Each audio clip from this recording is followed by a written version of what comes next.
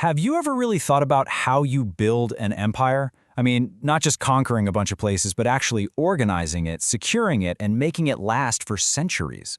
Well, today, that's what we're digging into. The story of the Roman Empire and how it went from a century of total bloodshed to 2 centuries of peace.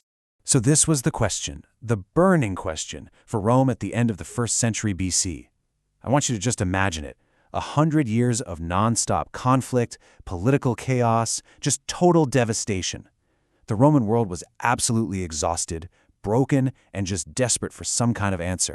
And that answer? Well, it came in the form of one man, Octavian. After he won the final civil war, he spent the next 44 years of his life on this massive project, giving the huge Roman territories the stable government and efficient organization they so badly needed. You see, after decades of turmoil, pretty much everyone in Rome had come to the same conclusion. They figured that only a single, powerful ruler could actually govern their massive lands and, stop them from sliding right back into another civil war. They were ready for something new, and Octavian was right there to give it to them. The first step in this whole transformation was symbolic. The Senate gave him the name Augustus, which is a title that suggests a kind of religious authority, a sense of reverence. It really set him apart, lifting him way above every other citizen. It's the name we all know him by today. Now, here's where it gets really clever. His main political title. He wasn't called a Cain or a dictator. I mean, those words were absolute poison in Rome after the fall of the Republic. Instead, he was the princeps, or first citizen. This was just pure political genius. It let the senators feel like their status was still respected, and it framed him not as some monarch, but as the first among equals in what he claimed was a restored republic. And finally, we get to the real source of his power, his military authority. As imperator, or commander, he had total control over all Rome's legions.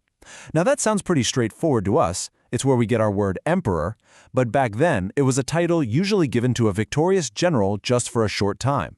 By holding it permanently, he was sending a clear signal. The army answered to him and only him. So, let's put all these pieces together, right? The key takeaway here is that Augustus created this masterpiece of political theater. He had the reverence that came with the name Augustus, the Republican stamp of approval from the title princeps, and the undeniable muscle of the imperator. So on the surface, hey, the Republic is back. But in reality, one guy held all the cards because he was the one who commanded the army. This delicate illusion was the very foundation of the new imperial system. Okay, so with his political spot locked down, Augustus turned to the next big problem: how to defend this new empire of his. He needed a blueprint for lasting security. And the core of that blueprint was a whole new military. Augustus set up a permanent, professional, standing army. On average, it was about 225,000 men strong. And these legions, they weren't hanging around Italy. They were stationed way out on the frontiers, becoming the permanent shield of the empire. Augustus also basically decided, you know what? The empire is big enough. He set up clear, defensible borders: the massive Sahara Desert to the south, the Atlantic Ocean to the west, and then 2 huge river systems, the Euphrates in the east and the Rhine and Danube in the north. This was all about consolidation, not endless conquest. And the result of all his work was so profound that the Senate ordered this monument to be built, the Ara Pacis, or Altar of Augustan Peace, just to celebrate the new era. The entire Mediterranean world, which had been torn apart by war for so long, was now wrapped in what we call the Pax Romana, the Roman peace. Now, of course, all this peace and prosperity needed a capital city that looked the part. So Augustus started a huge project to completely transform Rome itself. He famously boasted that he found Rome a city of brick and left it a city of marble. And he wasn't kidding. He built a new imperial home on the Palatine Hill, which is where we get our word palace, and he filled the heart of the city, the Forum, with these incredible new temples, basilicas, and even a whole new forum named after himself. But here's the thing. How do you manage a state this massive after the guy who founded it is gone? The emperors who came after Augustus faced a really fundamental question. To keep the empire safe, should they push the borders out even further, or should they focus on consolidating what they already had? This whole debate is captured perfectly by 2 of the greatest emperors who followed, and they each had a totally different philosophy. On one side, you've got Trajan, the conqueror, the brilliant soldier. His idea was that the best defense is a good offense. Keep expanding to keep your enemies off balance. Then, on the other side, you have his successor Hadrian, who was more of a pragmatic builder. He believed the empire was already stretched too thin, and that real, long-term security meant locking it down and building impenetrable defenses. And Trajan, wow, did he put his philosophy into action. The empire reached its absolute largest size under his command. He fought this massive, brutal war to conquer Dacia, which is modern-day Romania, and he campaigned deep into the east against the Parthian Empire. I mean, just look at this map. From the cold mists of Britain all the way to the deserts of Mesopotamia, the Roman eagle flew over more territory than ever before or ever would again. It was a staggering achievement. But all that expansion, it comes at a cost.